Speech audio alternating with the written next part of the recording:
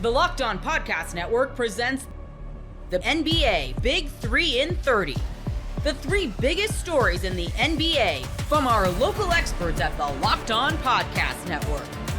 We bring you the real story, why it matters, what's next, who wins the big game, and more, all in 30 minutes. The NBA Big 3 in 30 starts now with the biggest story in the NBA. Luka Doncic signs his extension with the Lakers, 3 years, $165 million. You are Locked On Lakers, your daily Los Angeles Lakers podcast. Luka Doncic put pen to paper over the weekend on Saturday, basically the earliest morning moment possible. Great news for the Lakers. We'll unpack it all here in a minute. After, though, I tell you that today's episode is brought to you by Monarch Money. You can take control of your finances. If you're Luka Doncic and you suddenly have a big influx of cash, you can use the code LOCKEDONNBA at monarchmoney.com for 50% off your first year, because even Luka, Andy, $165 million later, likes a bargain and a good financial dashboard. Well, Dallas did screw him out of a couple $100 million when they traded him. So he's still looking to get whole in terms of everything that he could have made. And this is how smart monetary people stay ahead of the game. That's right. He's going to be able to have full visibility into this new contract that he's got. Andy, we went on 710 ESPN on Saturday morning and did a show in response to this news. I mean, it is technically speaking not the earliest that it could have happened. I guess 12:01 on Saturday morning would have been faster, but it's damn close. Luka got a workout in, and then around 9:30 or so, the contract extension was signed. $165 million over 3 years. The third year is a player option that he is widely expected to not to opt out of, and then sign another extension with the Lakers, a new contract worth potentially about $420 million. So things are looking good for Luka, but really, Andy, things are looking good for the Lakers. Yeah, absolutely. When you mentioned before that technically Luka could have done this thing at 12:01 Saturday morning, but waited until, say, 9:30 a.m. And I think that matters. Well, I think that matters because A, 12:01 would have been a really stupid time to do this. But B, you wouldn't be able to make it the culmination of a big theatrical, symbolic, hyping buildup to where we are right now. And I think that matters. A, because it's very clearly what Luka wanted. I mean, everything from the week of Luka in New York and in Chicago and appearing on a Yankees broadcast and appearing on the Today Show and the Men's Health, like all of this was leading up to this moment of signing the extension before Luka goes back to Slovenia to train for Eurobasket. And it's very clear that he wanted this to be an event. Like this was the cherry on the event flavored sundae. And it's really awesome because it, I think, speaks to his enthusiasm for this. I think it speaks to him being cognizant of hyping up the fans and making them feel excited about the process of it. And it just feels like, I mean, we're going to get into how there were elements of this planned while he was still in Dallas and planning on still being in Dallas. But it feels very emblematic of one of the things that is very key to the Laker history, which is we do it all big, baby. Like we do these things big, and Luka thus far seems to be a part of that lineage. I think about like the sort of symbolism, because look, Brian Windhorst laid all this out a couple weeks ago, and we talked about it on the show. Windy was like, look, Luka typically does not do NBA business while he is handling other things, and other things in this case being Eurobasket and getting ready to play for Slovenia and represent Slovenia in that tournament. And Windy was like, do not panic if it takes 2 weeks, 3 weeks, whatever it's going to be, because it doesn't mean that Luka's not going to stay in LA. It just means he typically doesn't mix these things together. We've seen the pictures of him wearing the the Slovenia training stuff and all that. He's obviously been working hard to get in fit, both for that tournament and obviously the NBA season. So it's like, okay, don't panic until maybe the training camp rolls around. But so even though, and you made this point Saturday, like, could he have done this on Sunday? Sure. Monday? Sure. Tuesday? Yeah. Is there any real functional difference between signing it on August 2nd and August 5th? There is not. But there is a symbolism to doing it right away, of showing how you are, excited to be here, committed to the team. Lakers will obviously set this press conference up for you whenever you want. And they'll do it with whatever terms you want. Like that part, this is the contract he was widely expected to sign. But you put it all together sort of to Luka's understanding of the optics of signing right away.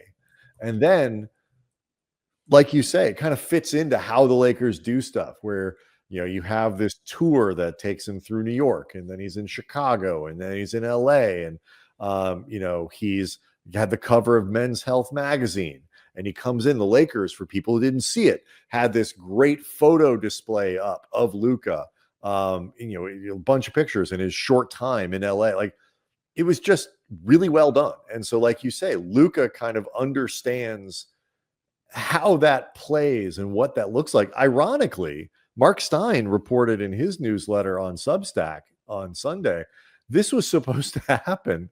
Like, they arranged the Jordan folks and Team Luka arranged this originally months ago to end on July 6th in Dallas for him to find an extension there. So type of buildup, and let's get it done. This was going to be Luka's approach, reportedly, no matter, and he just transferred that to LA. So, like, the Dallas folks, like, he wasn't going to hold it over them either. He was going to show that same level of commitment, and now he's parlaying that into a commitment with the Lakers, and one, Andy, that he seemed very excited about, talking about it on Saturday. Well, there would have been no reason to ever think that he wasn't going to sign that extension with the Lakers, because, as we talked about many times, he was building a second home in Dallas. You don't do with that. The Mavs, you mean? I mean, that's what I'm saying. With the Mavericks. Like, there was no reason to think that this was never going to happen. With the Lakers, though, I would just say that signing this on August 4th would have been great news. Like, it would have been awesome news. People would have been excited. Signing it on August 2nd, the first day you are eligible, that's let's effing go. That's what you are messaging to Laker fans. It's what you're messaging to the Laker organization. That's what you're messaging to all of your teammates.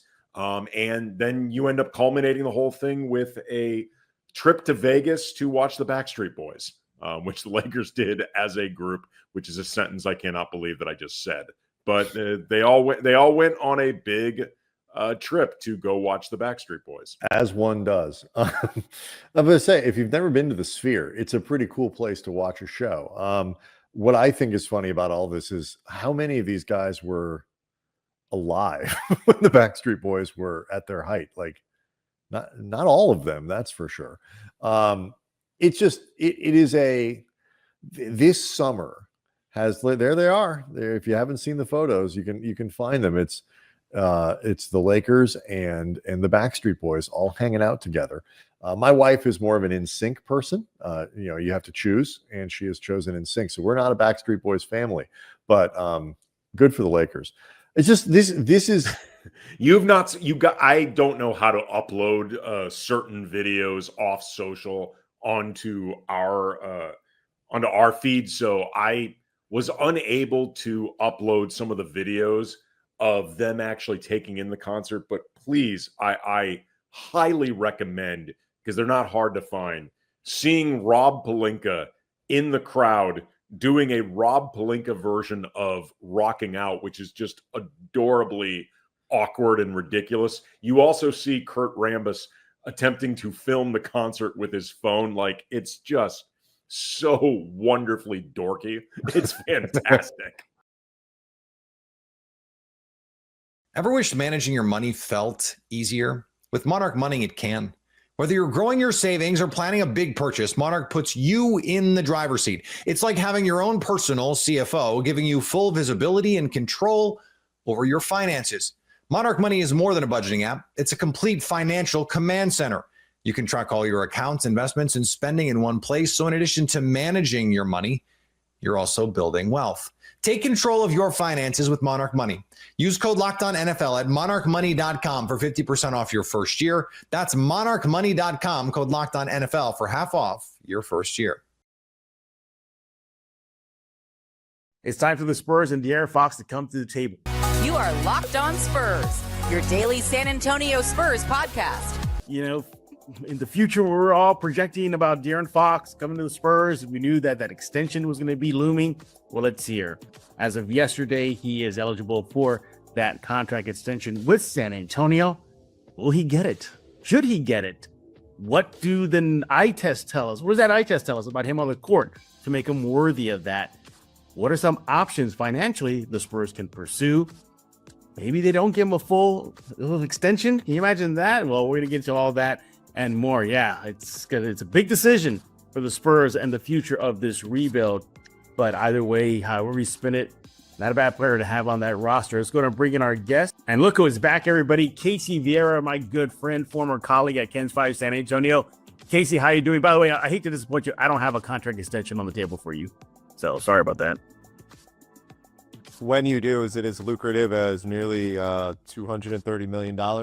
How about this? Would you be okay with a Chili's gift card for about $20?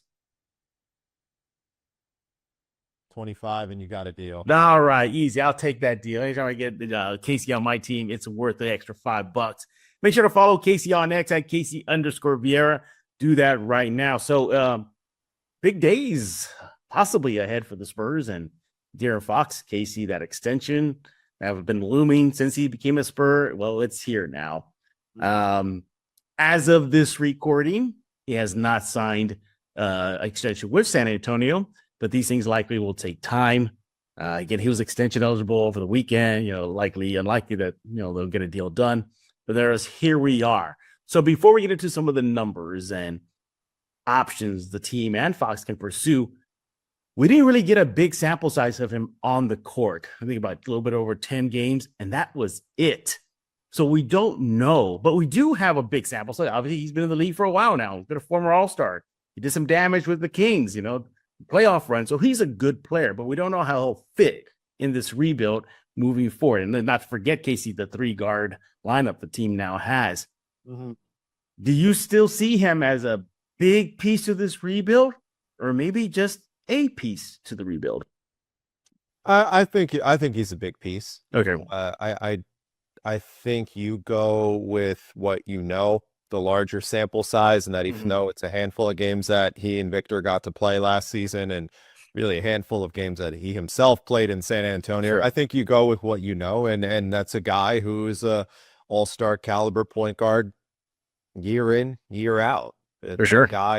A guy who looks like he's gonna pair well, or at least complement Victor's skill set very well, and vice versa, and make the team infinitely better at the point guard position. I think you go with what like you said, though, the Dylan Harper aspect of it certainly muddies things a little bit, because you don't know how that log jam, if it becomes a log jam, you don't know if it's going to become a log jam and too much repetition at one position, really two positions, or it's going to be fluid.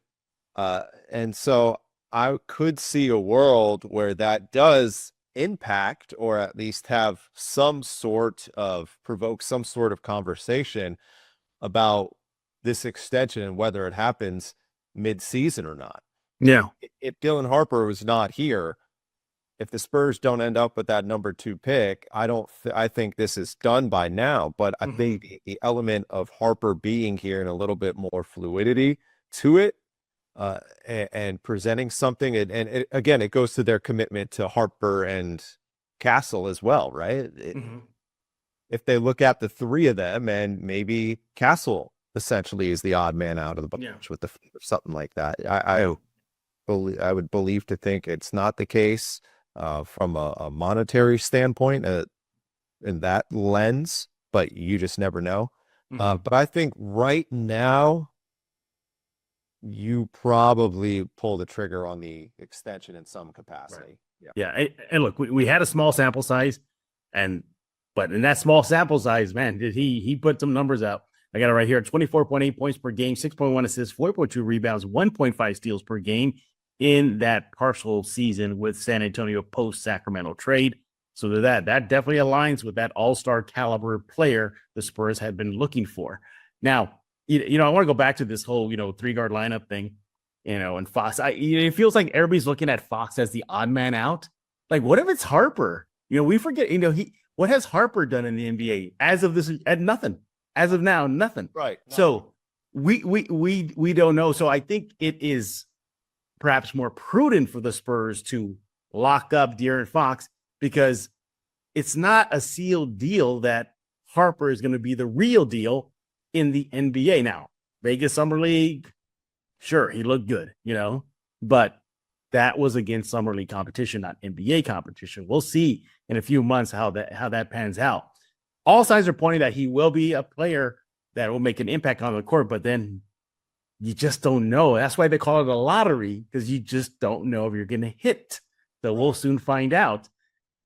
But so I think that's why you lock up a guy who's known, as you mentioned, known commodity in the NBA, proven numbers. We just read it right now, what he did to San Antonio, and so much more. And then here's this too, Casey. Man, can you imagine? You got to imagine, when the deal was made with Sacramento, they must have told Fox and his team, like, yeah, we got your back come extension time, because he wanted to come to San Antonio, and that'll be a bad look in the Spurs if they don't give him that extension. Your thoughts?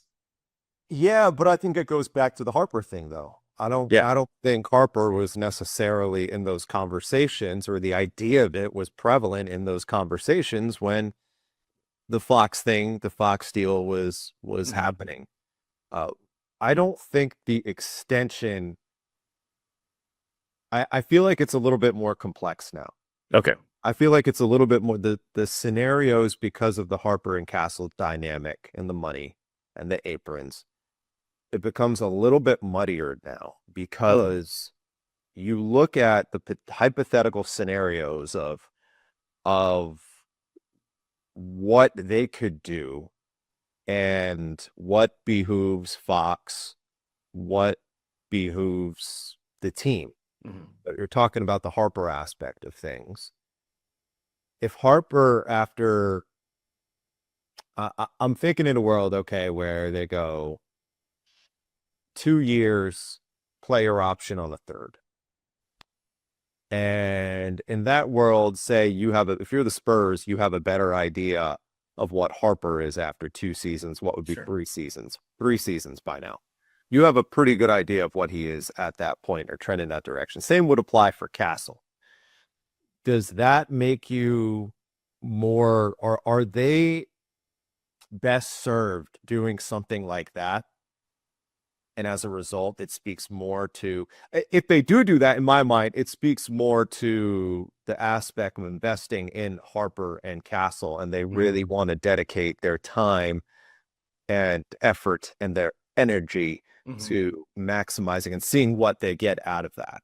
Yeah. And giving Fox potentially that 2 years with an opt-out to the third, which would put him on the free agent market with a player option at the end of the so what would that be, the 28-29 season? So it would probably be it would be the same summer that Stephon Castle would hit restricted free agency. I could see that scenario playing out. And then I could also see that playing out from the Fox side of things, because if Fox does his job and Fox plays at a near all-star caliber level, it's going to be another opportunity for him to get a long-term extension and more money, assuming it would be the max deal, than the potential $229 million that he would be get if you were to sign this contract in the next few days to get locked up 4 years entirely with no options, presumably, after year 4, can't be all the way through. And would it be the best for Fox's best move as well? I'm not entirely sure. Yeah, I mean, you can argue both sides of to why maybe you don't give the full extension. You throw in those player options, not because the Spurs do not want to give them that extension, but because it allows more flexibility. Because you're looking at NBA teams just panicking over the aprons. What has going on in Boston? That team they blew it up. They blew ownership, got out. They saw that coming. Remember what was it? The Denver GM said about the apron. He said the worst thing you possibly could. Yeah. He said, he goes, they could envision a day where they might have to trade Joker. I mean, although the Spurs are, at least as of now, they're not close to that first apron, but they're likely staring at it in the face. It's probably like a bullet staring at them right now because of so many players they have to get signed. And that is not just Fox, but that's Wemby, that's Castle, that's Harper. And we talked about Sohan. We haven't talked about KJ. We haven't talked about Devin. These guys are going to want to get paid. So then that's where the Spurs are kind of in a rock and a hard place. Like, do you pay out? This team historically doesn't. They don't have deep pockets like Knicks, Lakers, Golden State Warriors. They just don't. So things will have to be, things will have to change in the future. But see, that's where I think those options can really help with the flexibility. We've all been there, logging on early and waiting forever for concert tickets to go on sale, only to lose your spot for a show you've been dying to see. Live music should be about making memories, not dealing with the stress of ticket shopping. That's where Gametime comes in. Gametime makes getting concert tickets faster and easier than ever. Prices actually drop as it gets closer to showtime. And you can save up to 60% with their killer last-minute deals. With Gametime, the price you see is the price you pay. No hidden fees. Take the guesswork out of buying concert and show tickets with Gametime. Download the Gametime app, create an account, and use code LOCKEDONNFL for $20 off your first purchase. Terms apply. Again, create an account and redeem code LOCKEDONNFL for $20 off. Download the Gametime app today. Last minute tickets, the lowest price, guaranteed. You are Locked On 76ers, your daily Philadelphia 76ers podcast, part of the Locked On Podcast Network, your team every day. And we do thank you for making Locked On 76ers your first listen every day, part of the Locked On Podcast Network, your team every day. This particular episode is brought to you by Monarch Money. Take control of your finances with Monarch Money. Use promo code LOCKEDONNBA at monarchmoney.com for 50% off your first year. Keith Pompey's been covering your 76ers for near a decade and a half. I've been talking sports with you for too long than I'd like to admit. Well, when it comes, Keith, to Tyrese Maxey, we've talked a lot about the situation that is in front of the Sixers here. Injuries galore. Every Sixers fan knows this. This is nothing we haven't talked about before. But I believe that Tyrese Maxey has to be the MVP of the upcoming season. When it all falls, when we all come down to it here, I don't have faith that Joel Embiid is going to stay healthy. I don't have faith that Paul George is going to be healthy and amazing this year. So it comes down to the year of Maxey. You caught up with him during his charity event. Now, where was this? It was, this week on Saturday, rather, it was at Penn Charter High School. Okay. Yeah. So but it was 3 different places. Like, he had it at a restaurant on Thursday night. Then he had it at a golf course on Friday. And then on Saturday he had it at Penn Charter High School, or I should say charter school. But it was at the gym. It was pretty good. It was pretty good. That's great. I know you asked him about getting involved in the community and why it's so important. I don't know what it is. I absolutely adored my grandmother, and she was she was an absolute worker, man. She was a hustler, and he credits his grandmother for really putting this in him to make sure that he's giving back to the community. So I absolutely love that. Now, one of the things you caught up with him on was talking about this new high level of motivation. So this is from you talking to him during a little media session he had during his charity event. Here he is talking about this newfound level of motivation when it comes to this season. Extremely. Not going to lie to you. It's motivated me to levels that I haven't. I've been motivated all my life, but that's motivated me to levels that I can't even explain, honestly. I mean, I've won in every stage of my career, been on winning teams. So not being on the winning team last year definitely has put me in a mindset of, that's what we need to do. And so this is a guy that goes and talks about how he's won at every level. He talks about how he's always been a motivated player. I don't think anyone who's watched Tyrese Maxey, you especially, Keith, looks at him and goes, I think he needs more motivation. No, the guy's got that edge. He's an absolute worker. He's an absolute hustler. But him watching last season, for context here, only added to his motivation. In fact, saying this is a new high of motivation for me as an NBA player. Keith, last week when we talked about Kendrick Perkins and what he had to say about the potential of Maxey wanting out, I mean, that is a down-the-line thing. It is absolutely a concern, especially when a former coach and player and now national analyst brings it up. But when Tyrese Maxey talks about his motivation, this is exactly the way I want him to feel. That last year is unacceptable. Losing is not okay.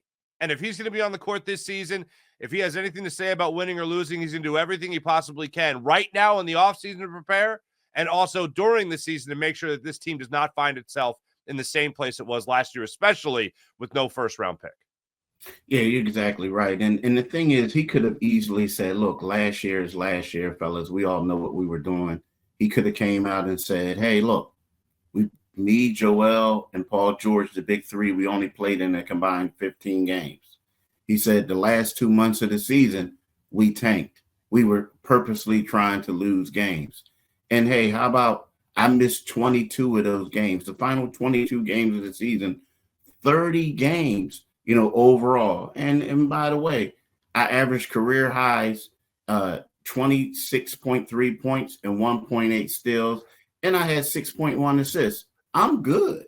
We're going to be fine. But no, what he did is he talked about how disappointing the season was and how he's using that as motivation, right? And to get better. And the thing that gets me is that really struck me was he shared with us that, because I asked him, I said, Tyrese, what are you doing? Like, I remember last year you were working on contact. Like, you felt like last summer, you felt like that people were getting physical with you and you were working on contact, how to deal with that, how to go past it. Before that, you were doing some defensive things. And he said that, he was doing some like hot yoga. He was doing some other things. Keith, I do have that for you. I know you said that to me as well. Okay. I'll let you tee up. That's a perfect tee up for it. So here it is. Here's your back and forth with Tyrese Maxey, and you can break it down. Overall, my summer's been great. It's been long, sadly, but it's been great. It's been amazing, but it's been much needed. I think we needed this mental break. We needed it, and I think we're going to come back stronger from it. So, been good. Is it still the same thing, like multiple day workouts and everything for you? Yes, yeah. It is. I've done something new this year. Maybe because I had more time. I did some like hot Pilates stuff. I did some hot yoga stuff. Mario really doesn't give me any choices to go to hot Pilates. So I kind of picked it up, and it really helped my body a lot. So I feel really good, feel lean. This year was easier for me because last year I had to wait for contract stuff to actually start working out. But this time I got to hit the ground running. I feel great, body feels great, and I can't wait to start the season. And I remember last year you were working on contact and stuff like that. Before that, you worked on other aspects of the game. Was there anything that you worked on specifically this summer? Yeah, it's definitely a few things. I mean, I took a lot from last year. I got a lot of film, a lot of study that I can go off of from a lot of different circumstances. With Joel, without Joel, with Paul, with Jared, without with those guys. Mm-hmm. And my biggest thing is I want to find ways to play off everybody and still play the way I play. And I think it's going to really benefit us. I've had some different conversations with Coach Nurse and just some people that I've been working with and how we can play faster, how we can play more together, how we can get more guys involved, and really try to be a more diverse attack. And I think we're going to find a way to do that. I absolutely love that. I've never done hot yoga. I've done yoga once, but it didn't really do much for me. Maybe it does a little bit for Tyrese Maxey. But I love that, just continuously adding to his game. And as you would expect, and as you laid it out there, multiple workouts, adding some new things in there, and making sure he continues to grow his game, not just in his own way, but the direction that his coach wants him to grow in as well. Yeah, you know what? And that's the thing. When we think about it, he's talking about finding ways to be more dynamic as a team. Finding ways for me to be off the ball and play with other people and still play at that elite level. But it's kind of sort of like what he's doing is, he wants to more so blend in and be a great teammate and still be impactful while blending in, instead of saying, hey, I got to score more. I got to do this. I got to do that. So when you hear stuff like that, the leadership qualities are definitely there. And the fact of the matter is he's keeping it 100. Like, he talked about Joel, he talked about Paul, but the one person that really, when he said that name, it kind of made me go, when he said Jared McCain, because, there are some people thinking that, Jared's going to come off the bench, be kind of sort of like a role player this year, an impactful role player, but he's talking about those two guys, playing together and having a pretty good duo. Now, again, maybe that could be in a staggered situation, but it kind of raises an eyebrow on how Jared McCain is going to be implemented, and B, how Tyrese Maxey wants to go about it, making sure that these guys are also successful, just like him.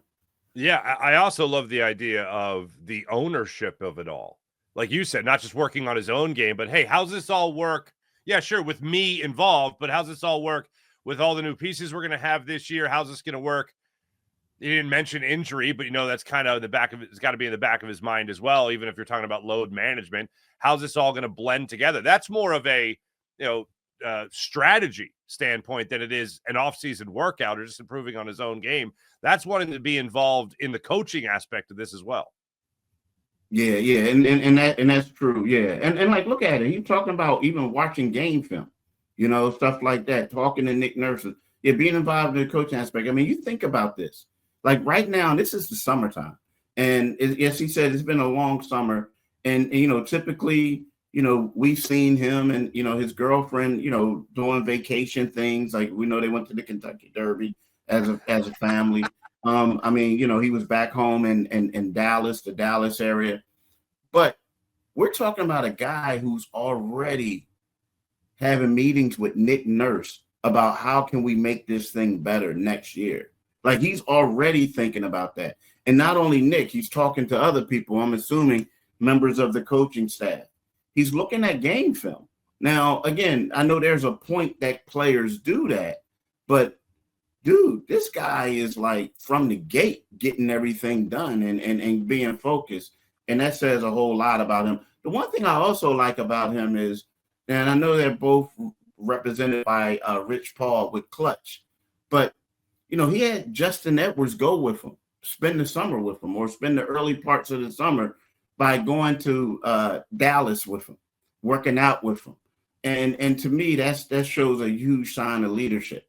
He's like looking at Justin like, hey, bro, we're going to need you this year. We're going to get you right. We're going to get you ready.